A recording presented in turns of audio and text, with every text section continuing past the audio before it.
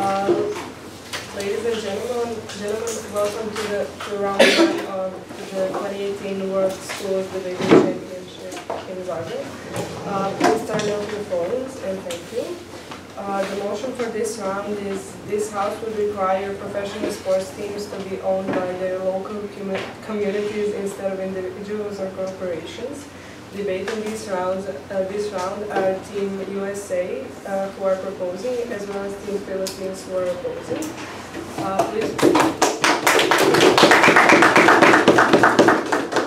Please welcome all the speakers. The adjudicators for this round are Mr. Karelos from Greece, Mr. Pras from Croatia, and Mr. Kawano from Japan. Please welcome them as well. Each speaker has 8 minutes to deliver their speech. The end of the speech will be marked by a double knock. The first and the 7th minutes are protected from points of information and will be marked by a single knock. The first or the second speaker of each side will deliver a 4-minute reply speech for their side. There are no points of information during the reply speeches. I now invite the first speaker for proposition. Their names, speakers?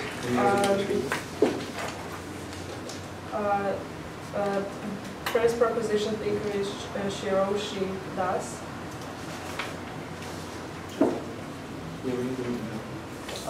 First opposition is Abhinav Batura.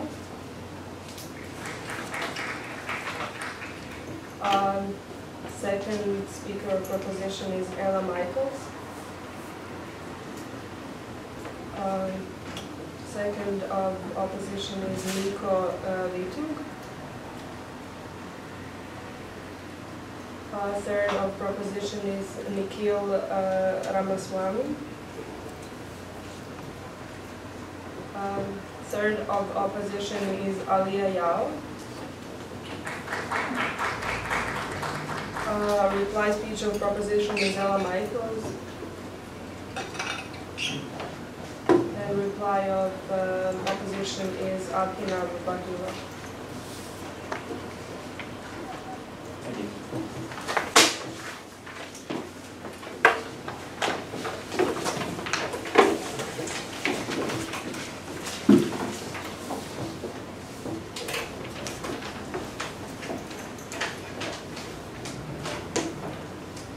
If you were trying to drive anywhere in Zagreb Monday afternoon, you probably had a little bit of trouble. Over 250,000 people flooded the streets to welcome back the Croatian national football team after the World Cup finals. It's phenomena like these that we think demonstrate the power of sports to unite and define the community. With that, I'll do a couple of things in this speech. First, I'll provide our 3-point model. Then I'll provide our first 2 arguments. First, that sports are public goods that ought to be community owned. And second, that community ownership protects community resources and betters community relations. Our second speaker will provide our third argument. First, on our model. We think sports clubs are non-profit in our world. This means revenue from ticket sales and merchandise would be reinvested back into the team instead of going into owners' private pockets. Secondly, residents of the city and in the surrounding area of a team's place of origin would be able to buy shares in the team's stock. We would also support a cap on shares to make sure that no one person or small group of people are able to have a disproportionate number of shares and disproportionate power.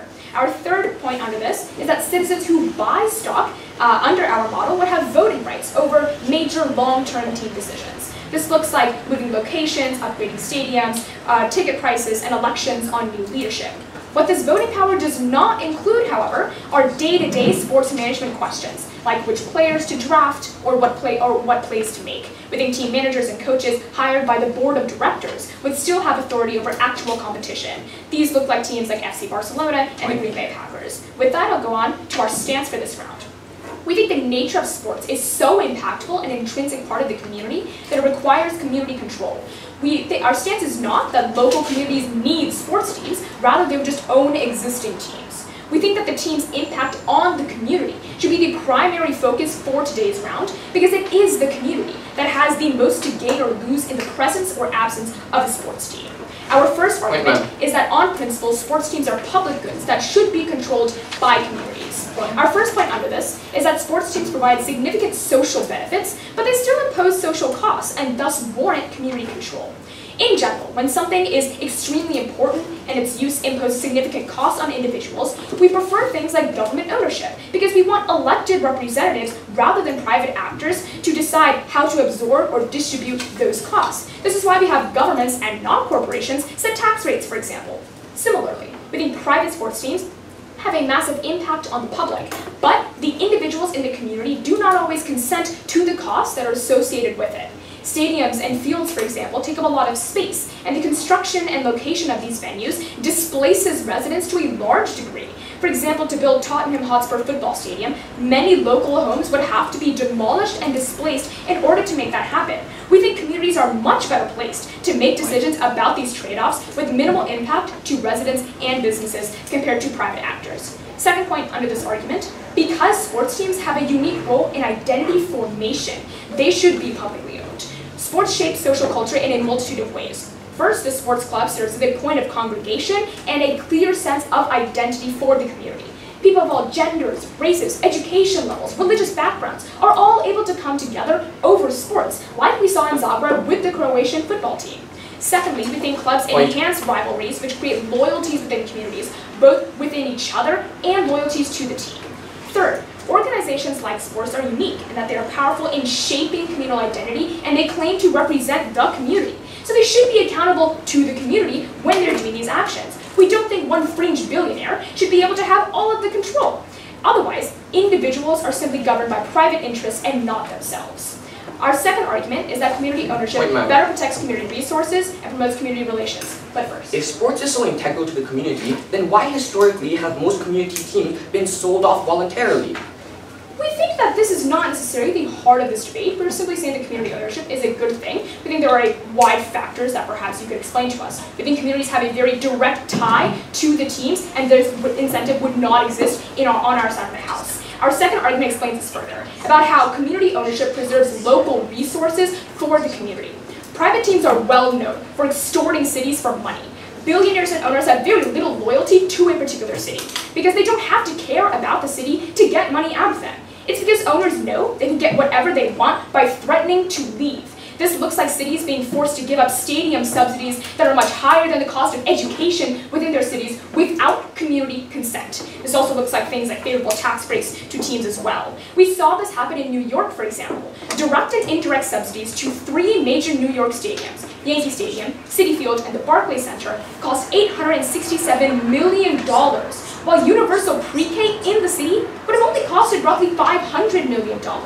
When these decisions about prioritizing sports over things like education are made by private actors, we think that harms the community much more. We think community-owned teams have a unique obligation to conserve public resources, and they're thus more likely to balance support for sports versus other priorities like community well-being. Ultimately, when cities don't capitulate to owners' demands, they lose the teams after spending millions of dollars on them. This looks like the Brooklyn Dodgers moving to LA, Clydebank FC moving to Wakefield, and the Sydney Swans moving to South Melbourne. We are principally opposed to that on our side of the house. Our second point under this is that local ownership of teams builds social capital and strengthens the community network. We think community-owned teams are much more likely to devote their resources to community efforts, like funding youth outreach programs, for example. It's because these teams are governed by local community members who directly benefit from these policies. So they are more likely to want community outreach. This is the incentive as to why they want to do this. This looks like FC Barcelona's Football Net program, which teaches kids about teamwork and perseverance through sport. It reaches over 30,000 kids in Catalonia alone, and especially low-income individuals, and it's all free of charge. Compare that to Arsenal's sports camp, which would cost you $1,600 a week. And that money goes into the hands of owner Stan Kroenke, not the community, because they're privately owned. Next point under this argument is that community ownership results in a greater buy-in to sports themselves. The community is much more likely to do things like volunteer for teams, because they've literally invested in the team. We think the buy-in is empirically larger for community-owned teams, like we see with the Green Bay Packers, for example. We see volunteers are very willing to work concessions to the point where they're also willing to shovel snow in freezing temperatures to help out the team. It is this devotion to the team that we think is unique to community ownership, because they're the ones that have this connection that private teams don't, because owners don't make the effort to connect with the community. In contrast, the Dallas Cowboys are a privately owned team, and if the owner Jerry Jones asked for volunteers, he'd be laughed at, because the people know that the volunteer work they do only saves Jerry Jones a little bit of money and doesn't go back into the community. We think that additionally, ticket prices are much more likely to become decreased on our side of the house. It's because private investors are profit motivated, so they run sports like a business. This increases ticket price. This means increased ticket prices and selling elite luxury boxes for money. In contrast, community members have voting power, and they want to attend sporting games, so they have an incentive to keep ticket prices low and make games as accessible as possible to the large majority of the community. We think that sports have value because they foster civil society. They create networks of people that foster cooperation, common understanding, and the fulfillment of the human need for interaction. Thus, we are very proud to propose.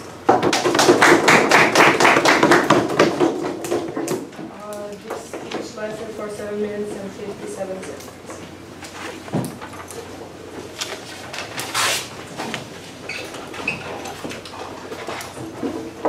I now welcome the first speaker.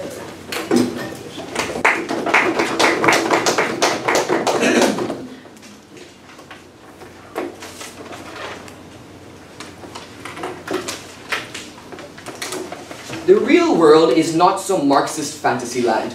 Don't let side propositions overly romanticize notion of sport disguise the fact that professional sports teams require huge amounts of money and the rich individuals and corporations we defend give this money. We think that this is reflective of the fact that in history, many community-owned teams voluntarily sold those teams off in order to protect the sustainability of the sport. What is our stance? 1, we support things like status quo, where private individuals or corporations should be allowed to own teams. 2, we think communities can still own teams or buy into shares if individual people want to own it. We don't think we need to require them to do so. 2 arguments at first speaker. 1, why our policy is necessary to even have a sizable sports industry, and 2, why corporations are more effective at keeping sports competitive. My second speaker will engage with the best case scenario of side proposition, where even if they can prove these 2 things are available on their side, why they increase rampant inequality and worse competitiveness. They have, in terms of rebuttal, they give you 2 main ideas. Firstly, this principled idea about the public good of sports, and secondly, the last 2 arguments can be reduced to the idea about how private corporations exploit communities while community ownership benefits. First, the response to the idea of sport being a public good. Look, Mr. Speaker, these aren't mutually exclusive ideas. You can have a public good and still earn profit as well. We see this in things like electricity, which is clearly a public good, but many countries privatize electricity because they realize they can serve that public good while at the same time doing it more efficiently. That's what my argument is going to show you. No, thank you. But even if they can show you some social costs, there are enormous social benefits, like the tourism, like the merchandising, like the increased publicity of your city. No, thank you. But we think they're principally inconsistent, because they're capping shares anyway, so their whole democratic principle is slightly undermined at the point when they're not actually including the whole community. And furthermore, no thank you, we think their view of fans is too parochial. FC Barcelona, Arsenal, the Green Bay Packers have global backing. We think they reduce the incentive of these people, no thank you, to cater to the global community. Lastly, in terms of harms, look, there's a social license to operate that most teams need to respond to because it affects the viability of the team when the local people don't support them if they hurt them. That's their entire principal case dealt with. The second and third arguments, no thank you, is about exploitation of communities and subsidies to sports. We think this is an example of arguing by example. They've shown you singular instances without showing why this is systemically true. We show you that structurally, no thank you, there is very little incentive to do these abuses because because people are likely to lose profit by the anger, because people no longer buy. We give you the example of the Minnesota Timberwolves, because when the Lakers left Minneapolis, the Minnesota Timberwolves came in. This shows you they don't have the same grip they want to talk to you about. No thank you. Their last argument was about social outreach. I will rebut this all throughout my case. It'll be completely integrated. Moving on to my first argument about why this is necessary. We think first layer of analysis here, there's massive funding that professional sports teams require. Things like paying player salaries, coaching salaries, travel, training and health, maintenance of stadiums, marketing and advertising, as well as licensing fees for the names you use. We think in general, corporations or rich individuals are much better able to absorb these costs because of the enormous resources they have relative to most communities. But on the second level, no thank you, we think that owning professional sports is an extremely risky business that demands corporate ownership as a safeguard because they can absorb losses due to buffer capital of credit. 4 points of analysis here. No. First, corporations or rich people have excess money to invest and are in it for the long haul, as opposed to teams who respond to short-term incentives. So in short losses, like in the past, they sold off these teams anyway. Secondly, in terms of financial hardship or recession, these corporations, no thank you, or rich individuals have better ability to access credit or bridge loans because of their reputation with banks. No. Thirdly, this is also directly responsive to their idea about how individuals will volunteer. We think individuals will deprioritize sports if recession or financial hardships means they have to prioritize other aspects of their life, and they will cut their losses. We have similar examples. In 2016, in the English Premier League, 7 clubs ran a loss which was cross-subsidized by profits from other industries that their owners had. What is going to happen on their side? We don't think they can reasonably expect people to take money out of their pension funds, their health insurance costs, and other costs they have to fund sports teams. Or in basketball, in 2008, when the Detroit Pistons of the Cleveland Cavaliers reached the Eastern Conference Finals, even if those cities were hardest hit by recession, because on our side, corporate owners were able to funnel money to be off this. We think if they want to have a principle about the integrity of sport, no thank you, the sustainability of the sport is most important in this debate. We think these 3 layers already show why it's less sustainable, because the potential money is redirected to other things that people need to prioritize. This hurts the team, but also creates a vicious cycle of deprioritization, because at this point where the teams start performing worse, there is less incentive for these volunteers to buy into that team and buy into that identity. So if that's the thing they wanted to put out in terms of social outreach, that hurts them as well. On the comparative, corporations have safety nets or investors come to save the teams. That doesn't happen on their side. No thank you. Those 3 layers already show you why their side is not sustainable. But preemptively, we want to make a distinction between things like sponsors and owners, because we recognize that side proposition can claim things like sponsors as well. The first thing we say is that owners invest stimulus money in the team, whereas sponsors do not. This stimulus money is important in times where you need to do things like renovation or buy. Of side opposition's case is this. Private owners willing to sink a lot of money into the teams are necessary in order for these teams to be financially solvent. Therefore, teams are allowed to exist, allowing for all the community benefits on our side of the house. We simply do not think that this is true. We tell you that when owners do sink a ton of money into the team, it is not for the express purpose of operating at a loss. And in fact, it is not those individual owners that incur the costs of their teams running at a loss. We tell you it is actually 2 actors that do that. First, these teams push the cost of their team running a loss onto actual governments by extorting cities for stadium subsidies when they're running a loss, when they're not making enough money, as we tell you on our side of the house. Second, let's just be clear. The debt that these private owners take on, they do not take on themselves. They take on that debt in the name of the team. So when Manchester United, owned by the rich Glazer family, takes on $660 million of debt, they are free to escape that debt by selling off the shares of Manchester United. The team is then left with that debt. These are not benevolent owners willing to take on massive losses in the name of owning a sports team. We don't really think that makes a whole ton of sense. These are owners looking to own, glamorous sports teams and are willing to push all of those costs back onto the community. To them, sports is a business. To us, we think sports are a community public good. 2 questions in this speech before I introduce our 3rd substantive argument. First, do communities have a principled right to own sports teams? And second, which side best benefits communities themselves? But first, do communities have a principled right to own sports teams? We told you that sports teams are fundamentally incredibly important to communities and often impose really strong involuntary costs and shape community identity. They told you a few responses to this. They first told you that we have some public goods like electricity owned by private actors. We don't think that's a good thing. We do not think that a private entity should be able, principally, to control all of the electricity in a city without any kind of community or government ownership. But even if you do think that privatization of electricity is a good thing, I don't know the last time that there were marches in the street rallying entire identities around the electrical infrastructure of a country. In contrast, just that last week, as we told you, over 250,000 people in the city of Zagreb rallied around the community sports team as a center point of their identity.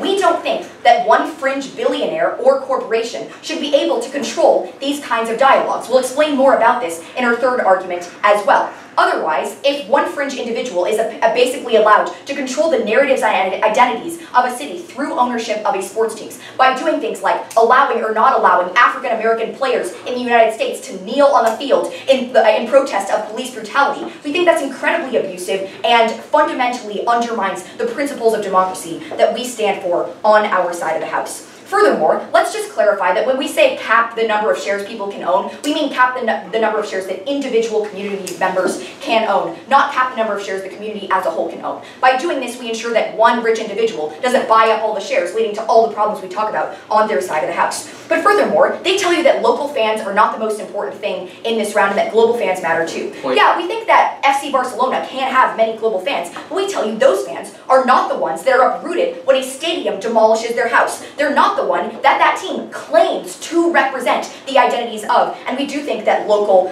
fans are the most important. But they furthermore told you fans don't have the right to own these teams because fans are really bad at making decisions, they're super racist, and that enhances rivalries. We told you that to the extent that rivalries exist, say between a Hindu team and a Muslim team, those rivalries are going to exist on either side of the house in a world of public or private ownership. We think that representation of those teams and encouraging more diversity of thought is much more likely on our side of the house when we have a lot of members of the community involved in these sports teams, not literally sometimes one individual or corporation shaping the entire narrative. And we reject the idea that billionaire corporations are way, way better at running sports teams at the point where people like Roman Abramovich, a rich Russian oligarch, literally owns a sports team in the UK for the purpose of hiding money from the Russian government. We really contest this idea. But second, which side is better for communities? The extent of their engagement on this point that we brought up was that private teams are more sustainable, and that was basically their entire response. We don't think this really engaged with this, but we'll address it anyways. We told you, again, at the top of our case, that when these owners do sink a ton of money into the team, it's often not their own money, it's public money, and they don't take on the debt themselves. But we second tell you that actually shareholder sustainability is way, way better on our side of the house, because when people buy shares in a team,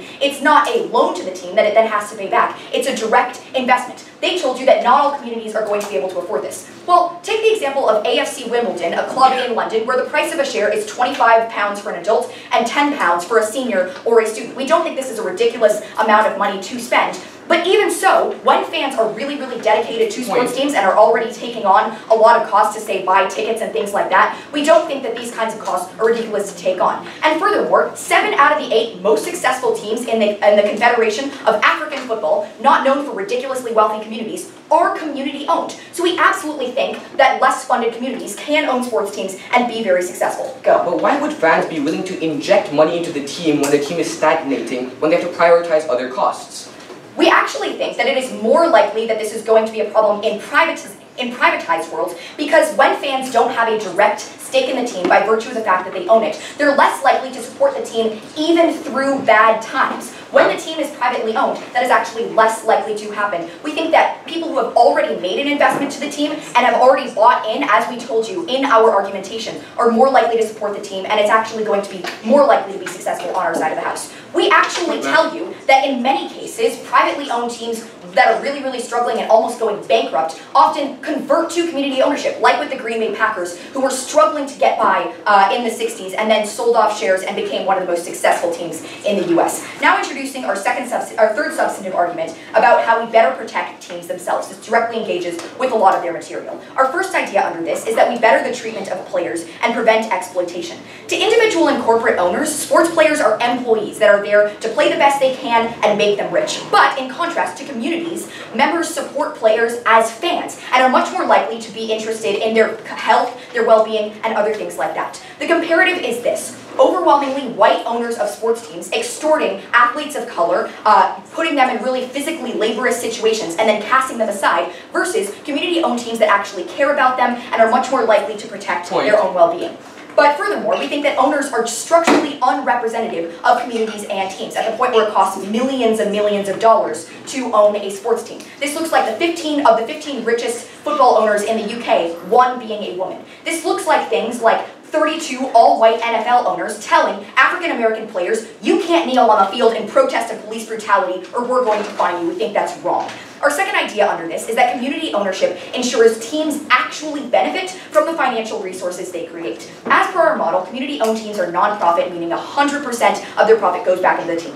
What does this mean? Both types of team can do things to increase revenue, things like selling tickets, selling merchandise, and getting sponsorship deals. The difference is that on-side opposition, when Arsenal has a sponsorship deal with Emirates, that just makes billionaire owner Stan Kroenke richer. He already has $8.3 billion. We don't think that he needs more. But when Real Madrid has a sponsorship deal with Adidas or Hugo Boss or Microsoft, all of that money goes back into the team, goes back into the community endeavors that they invest in. Even if teams are marginally richer on their side of the house, we think that that money actually goes back into the team on our side. We're very proud to propose.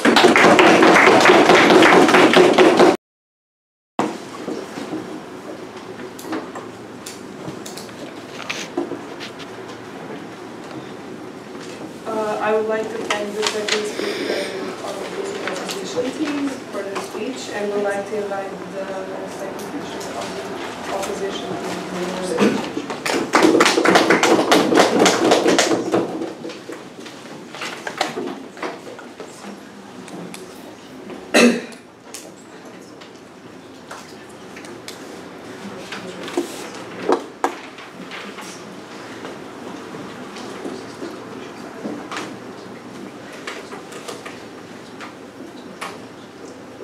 We think it's incredibly assumptive for Proposition to assume that poor teams will always be able to afford their sport teams just because they're core to their identity. When my first speaker already told you, once healthcare costs go up, once food goes up, sports is the first to go because I'd rather not have a team than not send my kids to school. Ultimately, we think even in their best case, right, and I'm going to engage that in my extension, where teams will always survive and will always be sustainable, and that's being incredibly generous for them, it creates large amounts of inequality between teams and in the representation that is harmful. We think ultimately, right, sports needs lots of money and corporations have lots of money. They cannot offer that on their side. Before my extension, I have multiple points of response towards the previous speakers. Firstly, right, they tell you that owners will always be exploitative, and they give us a gross caricature of all owners, simply saying they don't care about their communities, they're awful people, and we shouldn't make them richer. We don't think it analyzed what are the incentives that come with profit, because we don't think profit is such a terrible incentive after all. We think they have to give structural reasons as to why owners will never care, owners are going to be disgusting, and owners will always be abusive. First, sub-level of rebuttal here then. They tell you with regard to community resources, right? We're going to uproot people from their homes, we're going to take people out of school, and we're going to make sure that as owners we can be incredibly abusive. Firstly, we think there's already incentive not to do that, because if people from that community are always going to hate you because you take away things that are important to them, then you lose your fans. You lose important fan bases that will provide you ticket sales, that will watch your games. In these instances, we think there are already extreme disincentives for that to happen. But B, even in the worst case, we think there are abilities for communities to resist. We don't think owners own all the resources of that community. And in the instance, for example, when the Seattle Supersonics could not provide a team with a stadium that was necessary, the team left. They didn't force anyone to give them a stadium. No, thank you. B, they tell you about community involvement, and because the community, they talk about things like ticket prices and the ability for people to exercise the ability for people to have charities and things like that. Our first response there is, again, there's incentive to do that because you want a growing fan base. But B, even in the worst case, for example, the tickets do rise, I have two responses to that. Firstly, we don't think it's likely because you respond to supply and demand. If to the point that tickets are inaccessible, then you want to lower those prices because you want people to go to your stadium. But B, we think in the point that they do rise, we think that they do not calculate the cost of what a team may mean. So rising ticket prices might mean we have to pay for more player equipment. Rising ticket prices might mean we have to pay for our players' salaries. And if their goal is to be competitive as well, that cannot happen if we have a clouded view as to what that means. But last response onto this, they tell you they will have more diversity, ignoring our response. We think on either side, right? We can have racism, we can have discrimination, and that is regrettable. But what are the best disincentives to counter this? Communities can still be racist. We think a team like Chelsea, which hated a lot of their African-American players and wanted sacked their Israeli manager, even if he did well, because he was Israeli. But the sole disincentive on our side is capitalism and the ability for you to profit because these players might be skilled, even if you might not be biased against them, because you want to earn money. Chelsea kept their manager. Chelsea kept a lot of their African-American players. Second response then, on the sustainability of teams. First is on the model. Because if they tell you they can still have money, my question is how? If this is a non-profit, what's the incentive to invest? Are people literally just going to give right out of their pockets with no return on that investment? That's confusing for them. We don't think that's likely to happen because people will always care more about the other needs they have. It is best for a community to offset those costs to a rich billionaire or a rich conglomerate of companies. No thank you. But B, they tell you the money is always going to go back into the team. Firstly, we think with the amount of money we have, there's still incentive for money to go back on the team. Why? Because if you want the team to be successful, you don't keep all of that in your pocket. You want better players. You want better facilities, better medical equipment, better coaches, better stadiums. Because the amount for that profit to increase gets greater the more you put back into that team. Ultimately, we think with the amount of money and resources we have is far more better. No thank you. I want to move on to my extension. Why even if they're always going to have sustainable and sustainable teams, we don't think it is beneficial. Why? I want to examine their best case and show you why it leads to high levels of inequality and little competitiveness. We think that, as my first speaker discussed, there are many costs that members of communities must consider: healthcare, food, transportation, education. We posit that communities have different levels of a capacity to account for this. Richer communities will always have the ability, for example, to afford both these essentials and non-essentials like sport. But for poorer communities, when those costs rise, it is incredibly difficult for you to give up sending your kid to school for your team to exist. We think that this creates a disparity in funding between teams dependent on their circumstance. Why is this harmful? In two ways. We think funding is important for the ability for teams to gather talent and competitiveness. The two ways are here. Firstly, with regard to trading and attracting players, with regard to the incentives people have to join a team and the talent they can bring. We think the ability for you to pay higher salaries, larger contracts, means that you always have more tools and capital available to incentivize strong players. We think that is often why in community-owned leagues, for example, Real Madrid and FC Barcelona can afford the Messis and Ronaldos of the world while other teams cannot. We think in the process of negotiation with these players, richer communities will always have the upper hand because they have more leverage. But B, when finding talent through means like scouting that my partner expounded upon, in comparison, right?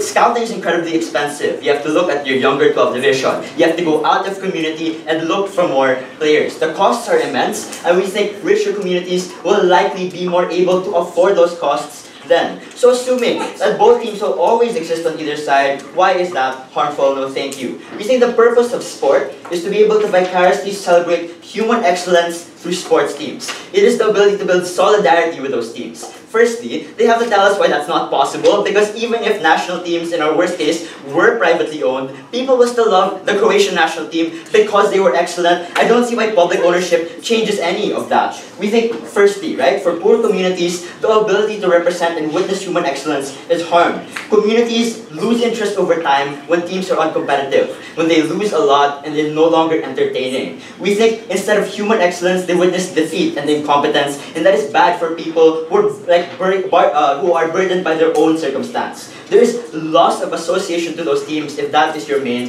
value. But B, with regard to simple opportunity, we think the opportunities which necessitate good performance, like international cups with qualifiers, like basketball tournaments, which need for you to reach the playoff, postseasons that measures high levels of play, you even lose the opportunity to represent because you are chained by the circumstance that is given to you. We think at a league level as well, a large disparity in performance with leagues becomes less competitive, because when you raise that disparity between the rich and poor communities, what happens is that games become predictably boring, because one community can afford all the good players and another team cannot. We think then, if the purpose of sport was to feel excitement, vicariously celebrate human excellence, that can no longer happen when instead, what sports measure are the ability for teams to afford. They measure wealth, riches, and privilege. On our side, however, we think we can equalize that playing field, because you can offset those costs to a rich Pakistani billionaire like the Jacksonville Jaguars did. We think that it is far more equal on our side, because they're not dependent on circumstance. They're dependent on the ability, for example, of rich corporations, and we think even if there's inequality, it is largely much more minimal on our side than in theirs. For these reasons, I'm very proud to oppose.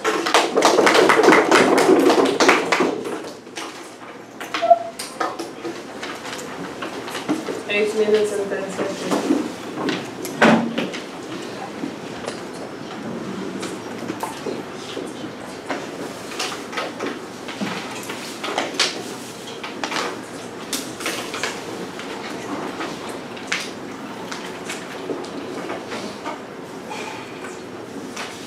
I would like to thank the second speaker on the opposition team for their speech, and would like to welcome the third speaker of the opposition team to deliver their speech.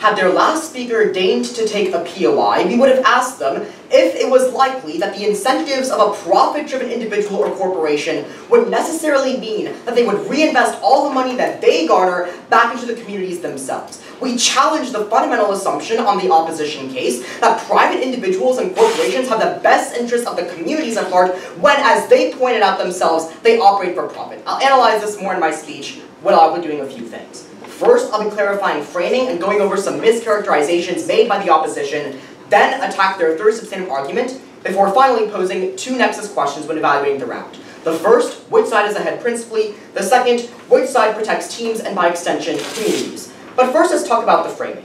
We think, and we told you from the very first proposition speech, that communities' interests are the most important interests to consider in this round. And why do we tell you this is the case? Because we think that the communities are the ones that are most affected by the presence or absence of a sports team.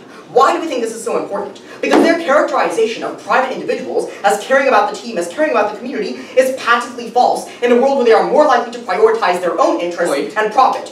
Why? We think that they're not the ones affected if communities are displaced. They're not affected if communities are extorted. We don't think the private owners are affected if communities are laden with debt, that the private owners are the ones accruing. We think, in comparison, it's the communities who have the obligations to protect their own interests that private actors simply don't. We tell you that communities have the unique responsibility and relationships with the team and themselves that gives them a vested interest in these concerns. We think that fundamentally the opposition's assertion that private owners are the best placed individuals to run a sports team is incredibly capitalistic. They accuse us of living in a socialist dreamland. They live in a capitalist fantasy. But first, let's talk about their third substantive argument. They say that inequality increases. But let's talk about this idea of inequality. We think on our side, on the comparative, where teams are community-owned, we think we increase equality for a few reasons. First of all, we think the big assumption made by their entire third substantive argument is that really all communities need a sports team. And they basically say that for communities that aren't able to afford a sports team, they can't compete. They can't be equal to other communities that are able to afford them.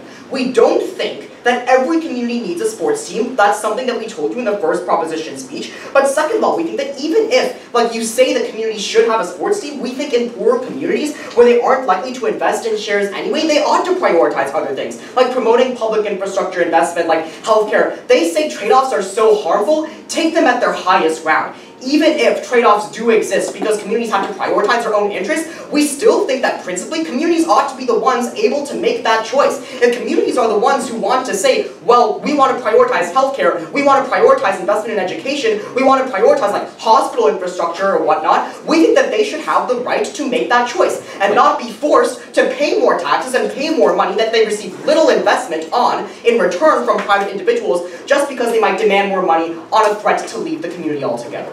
We think that at the end of the day, our side is principally ahead, which leads me directly into the first clash point. Which side is actually ahead principally? Now they tell you one big principled argument that basically public goods can be owned privately and that cap and shares undermines our principle. I'll respond to both of those independently. First, they tell you that public goods can be owned privately.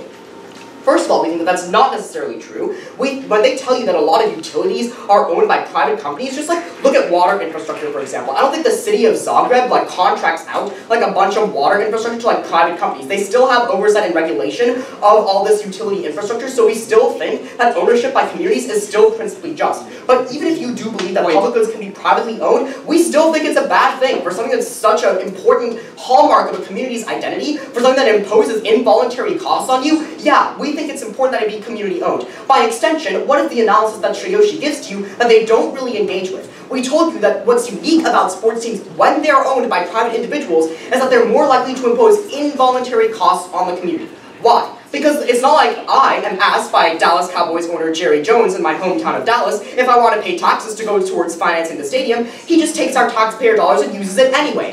We think that you need to have communities in charge of owning the team in order for them to make the tangible decision if they want to pay in the first place. It's the same reason why we have governments regulate taxes. We don't want private individuals imposing all these involuntary costs like taxes on you, so why would we allow private ownership under their world and sports teams when they impose involuntary costs to do the very same? We would not support that. But then, what do we tell you on our side of the house? We don't just tell you that they impose significant involuntary costs, they're a hallmark of social identity. Why is this important? Because what we tell you is that not only is social identity incredibly important and is a reason in and of itself to invest in community-owned sports teams, we think that honestly increases community buy-in. This leads me into the second flashpoint on this round, which side protects teams. The biggest argument that they had is that, well, people don't have an incentive to invest in sports teams because people just don't care about it in some cases or do not have the resources to do so. We think that we have two responses. First of all, we think that's factually not true. We think there are a lot of interests that communities have in sports teams. Why? That's the analysis we gave to in our principle as to how sports teams are a hallmark of social identity. We think that at the point where they are a hallmark of social identity and so important to communities, we think individuals and especially fans who are dedicated to the team are likely to invest in it.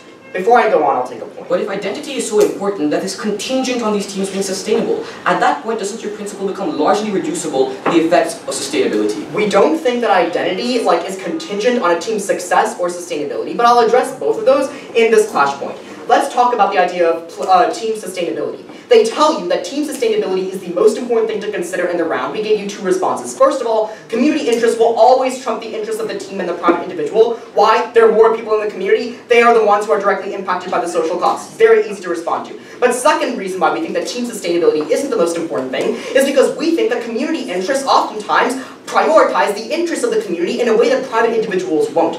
We think that individuals don't think that the end-all, be-all of living in a community is having a sports team to rally around. Yeah, it might be a good thing, but other more basic necessities that communities ought to control and have the decision to trade off with should trump those concerns. But then let's talk about what we tell you on our side of the house. We tell you we increase player diversity and treatment and increase resources to teams. And this is where we want to touch on their idea of teams not being able to finance themselves on our side of the house. We tell you that uniquely on our side of the house, we have the ability to equity finance. And what does that mean? Communities are able to sell shares of stock in order to draw up necessary capital in order to reinvest in the team. That's the comparative that we drew with their side when they talk about private individuals and corporations. They tell you that, well, all these similar financing mechanisms can still exist with sponsorship deals. But the distinction is all the profit that they gain on their side of the house goes to the owner. The only response is, well, the owner can still try and invest in the team, but what incentive do they have to do that? Their interest, as we pointed out, is to invest in themselves and create a bigger profit. But we don't think that they have an incentive to necessarily invest in the team so much as the investors who are already buying shares in their company stock. We think that individuals in the community are more likely to give back to themselves, which brings me into the last idea why we're winning the point about protecting communities. We tell you two ideas about preventing extortion and building social capital. Now they say extortion won't happen because it's unpopular, but we think that if it were so unpopular, why would we think that extortion still exists? We think extortion happens because community owners can get away with it. Why? Because they're not the ones who bear the brunt of the cost if they laden communities with a lot of debt. Why? Because we think that in a world where private individuals, like we saw with Manchester United, take on £600 million in debt, why do we think that's such a problem? We think they push those debts onto the consumer, extort the communities for all the money they have, and when the communities aren't able to cough up the money, they just leave and go to other cities. We saw it in Sydney, we saw it even in the United States with Los Angeles. At the point where we think that on our side, we not just principally uphold the purpose of sports and the value of sports, but because we also protect teams and by extension communities, we are proud to propose.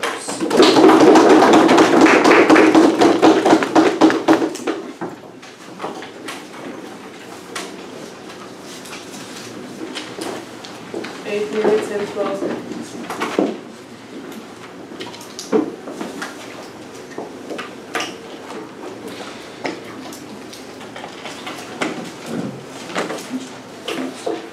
I would like to thank the third speaker of the proposition team for their speech and would like to invite the third.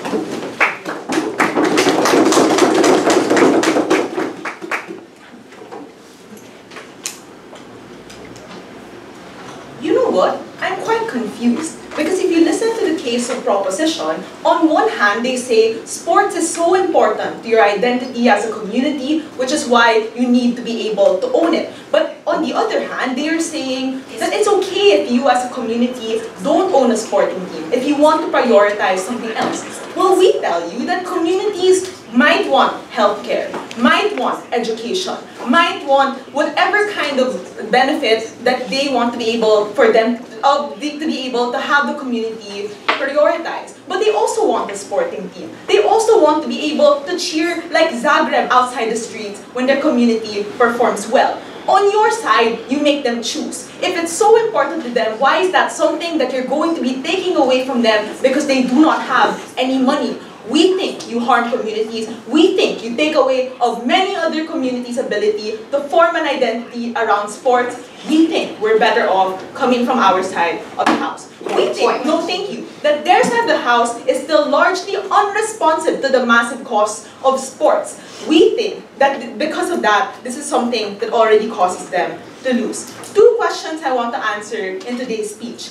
Firstly, where are we more likely to have a sustainable league? No, thank you. But secondly, where are we more effective in improving things like competitiveness and representation within sports? On to the first question. We have to be very clear.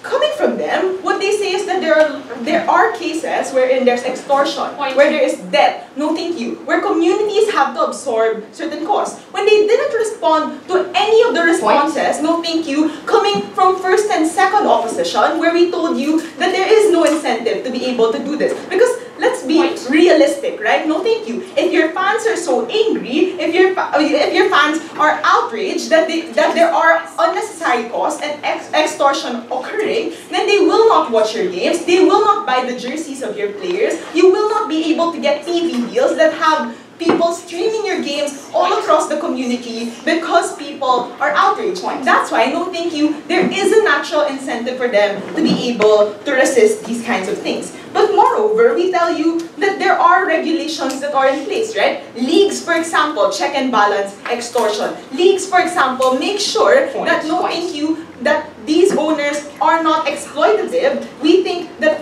that in many cases, leagues like the NFL, the NBA are able, no thank you, to be able to regulate it. But moreover, if they tell us that these are costs that somehow is offset to the government and to the team in certain circumstances when owners are inherently exploitative, we tell you that given that sports, no thank you, is something that is very expensive, those are costs that you will always have on your side. Even if, no thank you, your community is benevolent, even if your community cares about your team, we tell you that it is unlikely that private owners will do this, but even if they do, these are a minute set of cases, but on your side, because it's very difficult to operate a sporting team, you will always, no thank you, have to incur these kinds of costs. But moreover, if you listen to their analysis, they said this, right? People will give in because they want to be able to keep the team within their community. That they're willing to sacrifice things like healthcare if it means that the team is able to stay. What does it tell you? No thank you. This tells you that the team existing is something that is extremely important to these communities. But on your side, no thank you, you're taking those away, especially when coming from first and second, we told you that it's extremely expensive. It's very difficult for them to be able, no thank you, to be able to offset these kinds of costs. We have to be very clear. When you talk about private owners, when you talk about corporations, you're talking about excess money because they have so much money already that they're willing to funnel into these sports. On your side of the house, no thank you, you're making individuals choose. Which one do we prefer? To have a sport team or to make the kinds of prioritizations you want them to be able to have? We think that it's better off, no thank you, coming from our side of the house. But secondly, they tell us that you want things like accessibility, for instance, that you want ticket prices, no thank you, to stay low. Well, we tell you that ticket prices, for instance,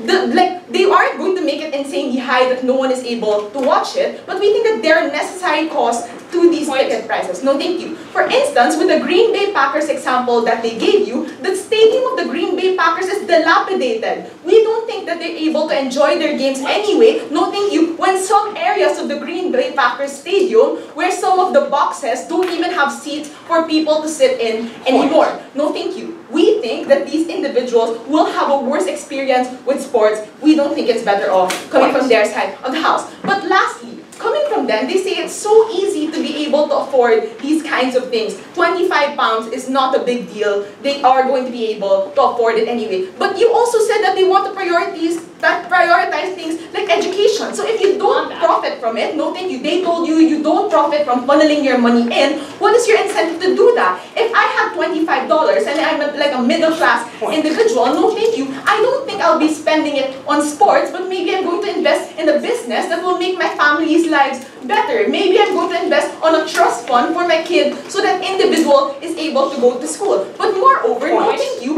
Even if they tell you that people are able to afford that £25, you have to understand the structure of community-owned clubs, right? The president needs to have bankable securities. So even if on your side of the house, people have £25 to spend, if you do not have a rich individual in your community, you still cannot own, no thank you, your community team. We think that in terms of sustainability, teams will not exist on your side if you are not Catalonia. You're not going to have it if you're not the capital of your country, if you're not Los Angeles. We think that your teams are going to be worse off. But before I move on to my second issue, sure.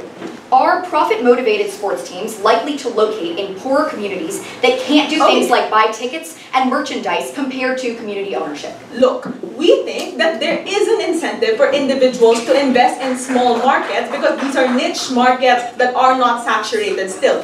Coming from second speaker, we already gave you the example of the Jacksonville Jaguars, where they are a very small community, but the Pakistani billionaire did invest in it and did bring the team, make the team perform well, that they were one game away from the Super Bowl. What did this mean? It means that even if your community are poor, people around the world care about watching you. People around the world will buy the jerseys of your community. And that's how money goes back to the community, that they're going to be able to watch these games and whatever kind of benefit they have coming from our side of the house. Let's move on to the second issue. Where are we better off in preserving competitiveness and sports as a whole?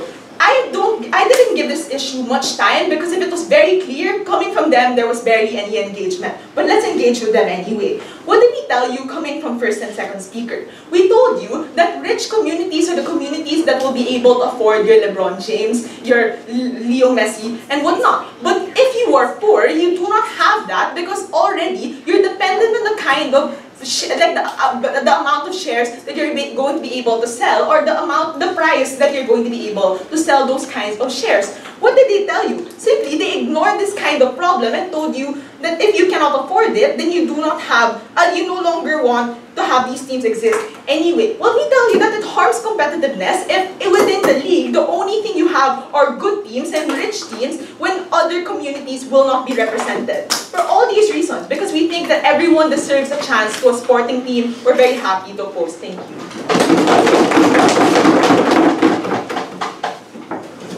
8 minutes and 12 seconds.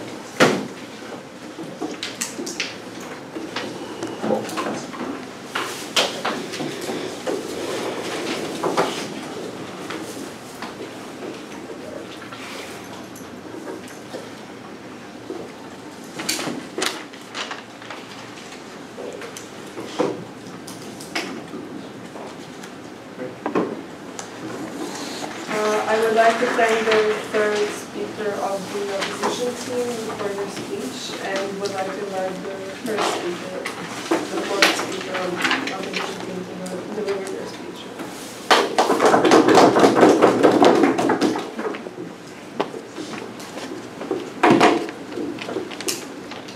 There were two strategic mistakes that cost side proposition this debate.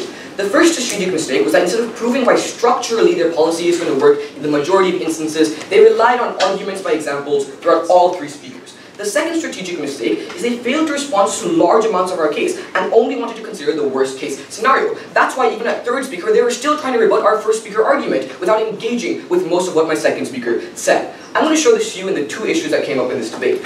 Where is the world more principally legitimate, and where do we protect sports and communities? First, in terms of the principle, the first thing we got coming right at the top of their case was that sports is a public good. But we told you in response that public goods are sometimes privatized because these private companies can provide that good and still make money, sometimes more efficiently. Then their response shifted in second and third speaker to saying it's not just about public versus private, it's about being core to your identity. But if it's so core to your identity, this principle is reducible to how sustainable the team is. Look, this is not about just winning, this is about keeping the team alive at all. So if the team is not alive, you undermine the very core identity you want to protect. This was not responded to. But they misrepresented our case at third speaker. They said they don't care if some teams or some communities don't have teams. We're not saying that communities that on both sides don't have a team right now will always get teams. What we're saying is on their side, some communities who exist in our world that have teams will no longer have the teams at the point at which they are no longer able to have these costs. The last thing they wanted to talk about is demonizing the profit motive. First of all, we gave you several levels of response. Why there's a social license to operate. Why the point at which the profit is contingent on your fans thinking your team is glamorous. Is contingent on fans buying into that culture. That is the point at which there are no incentives. They didn't prove structurally why that exists in the majority of cases. But we also say we allow communities to own teams on our side. That was in our model. But the reason we don't, and the reason why historically many community-owned teams sold it off to private investors, is to keep the team sustainable, which was core to their identity. At that point, they lost the principal debate. Moving on to the second issue about the sports and communities. Two main arguments here. They said they exploit communities through involuntary costs and there's a social outreach problem. We gave you several responses to the involuntary costs. Despite the only things they're giving us were examples, we told you their capacity to resist costs. We gave you the core logic about why this is not a likely thing to happen, even if there are individual instances of abuse. We told you how the Seattle government was able to resist this oppression. We told you how the Minnesota Timberwolves were able to come in even after the Lakers left. That is systemically true. But the response we also gave you coming from the top is on your side, even if communities give the cost, they're always going to shoulder the debt burden. So even in our worst case scenario, it's still better on your side.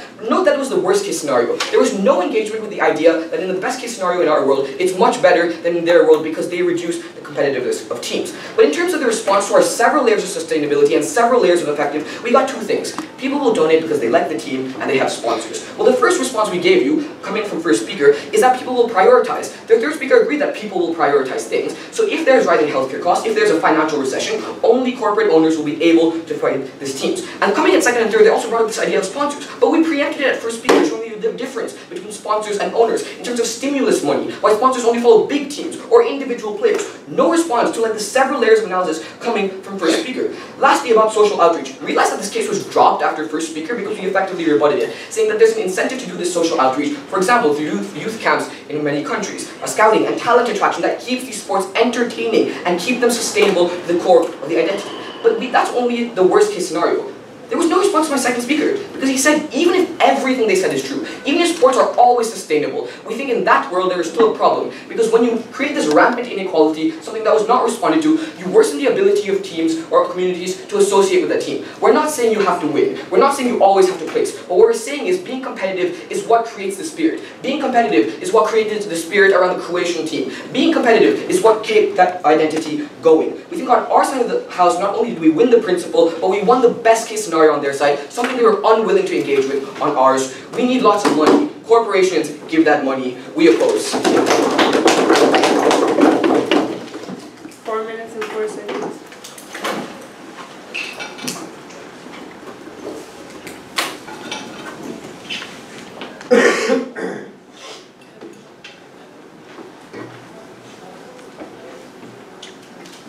I would like to thank the fourth speaker of the opposition team for their speech. I would like to thank the fourth speaker of the opposition team.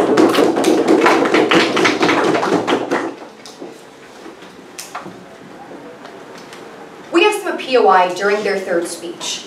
Are profit-motivated investors likely to locate sports teams in poor communities that can't afford to buy shares and certainly can't afford to buy expensive box seats, merchandise, and tickets and the like?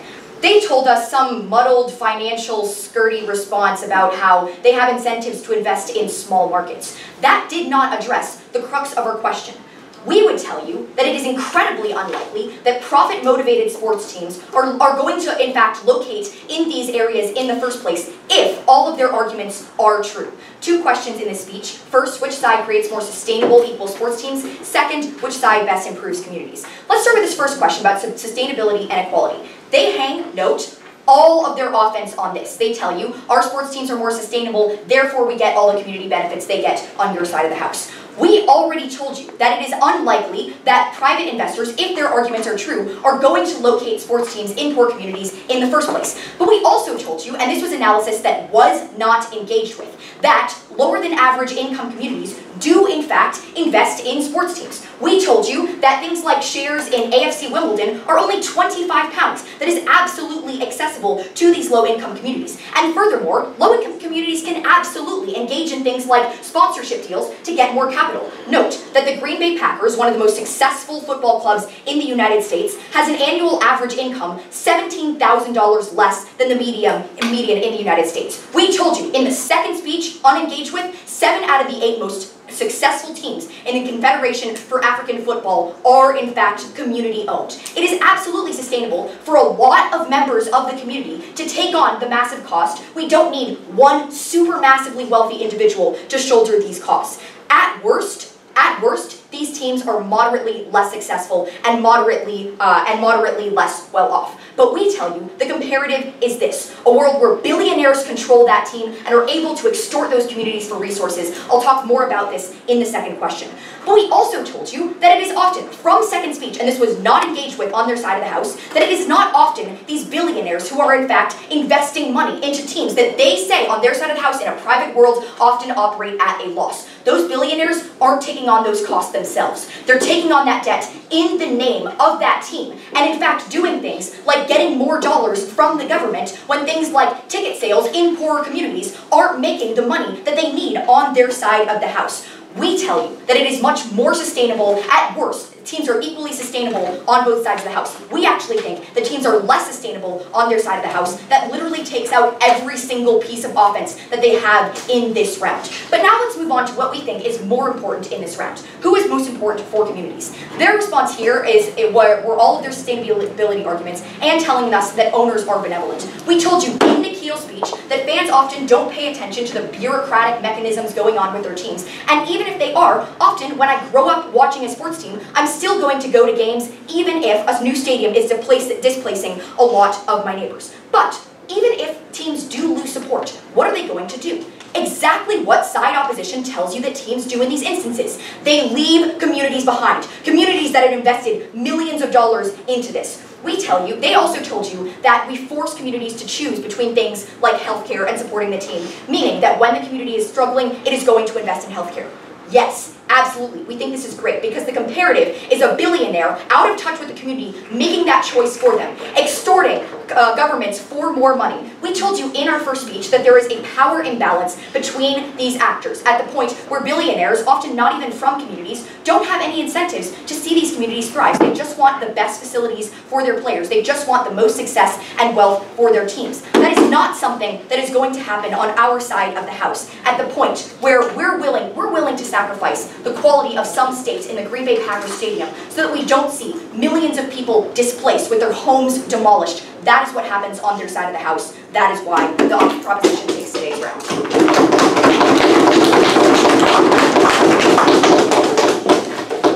minutes and 16 seconds. I would like to thank all the speakers for this debate. Please leave the classroom so they can.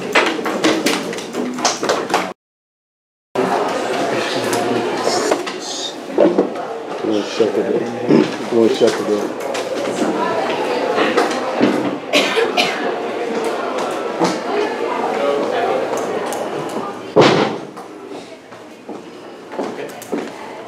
So everyone, I'd just like to thank all teams participating for what ended up being a very, very good debate for a first round. I just want you guys to give our teams like a round of applause. Before giving the result, I'd just like to quickly say that this was a very, very, very close debate to call because both teams were very high quality and brought very interesting matter. So, without further ado, I'm going to give the call first. I'm going to say that it was a 2-1 split, and the team that won was the team in opposition, Team Philippines. So before getting into the content and strategy part, I just want to say that the style overall was very, very good in the round. All teams used very clear language to communicate things to the adjudicators, and they in fact all had very good pace and were very, very easy to follow. In fact, we think that Team USA had a slight edge advantage because they showed more consistency with regards to style down the bench, especially with regards to holding eye contact and using language that was very, very useful in sort of pushing forward the content of exploitation that they were trying to prove. So looking at the content and strategy part, we saw the debate in broadly 2 clashes. The first clash was that of the principle, right? Whether or not it's legitimate for this to happen. So the proposition comes up with the main line that these are, sports are public goods, and as a result need to be owned by individuals that they serve. Because while they also serve the community, they can harm the community, and therefore the community deserves a say over that. So I think that, opposition comes up then and says that, look, two things. Firstly, we allow this all the time because, for example, a lot of goods that are public goods, like electricity and like water, can be owned by private institutions, the point at which these institutions can do it much better than the state can, or can make profit out of that.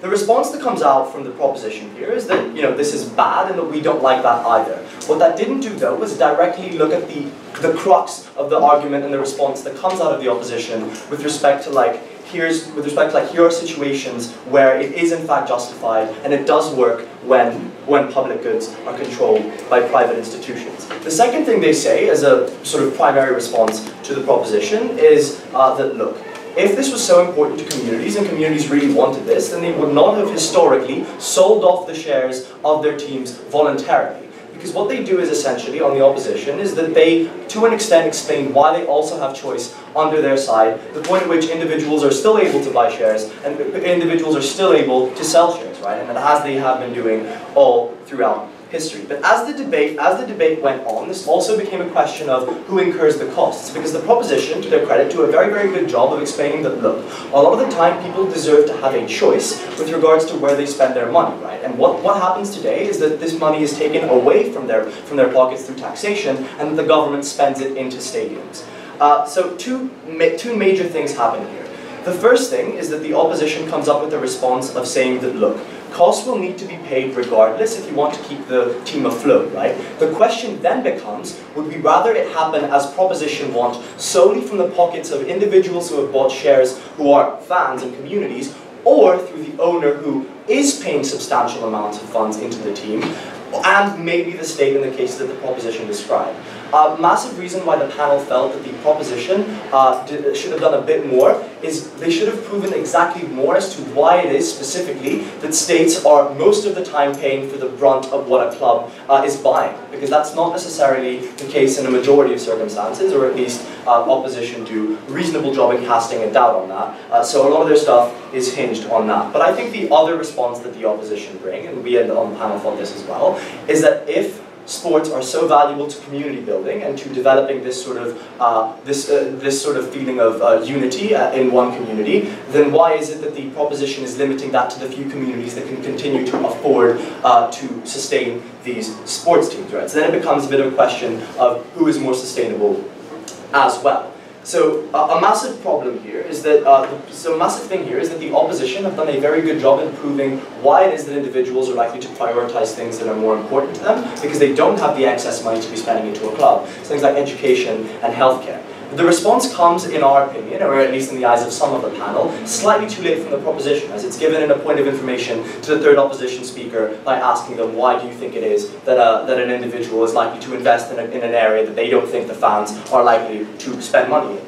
I think we thought the response that came from the third speaker, and that was generally the response that was reiterated and preempted by the opposition side, is that this isn't necessarily about new clubs being created, but this is also about the clubs that already exist in areas where individuals don't have that much money and are not that rich, being able to sustain themselves, and that these clubs will be the ones that are lost. Because the discussion became, a lot of the time, the proposition was talking about the inability to form new clubs, whereas the opposition was talking about the already existing clubs in lower socioeconomic neighborhoods, and why it is that those clubs would suffer.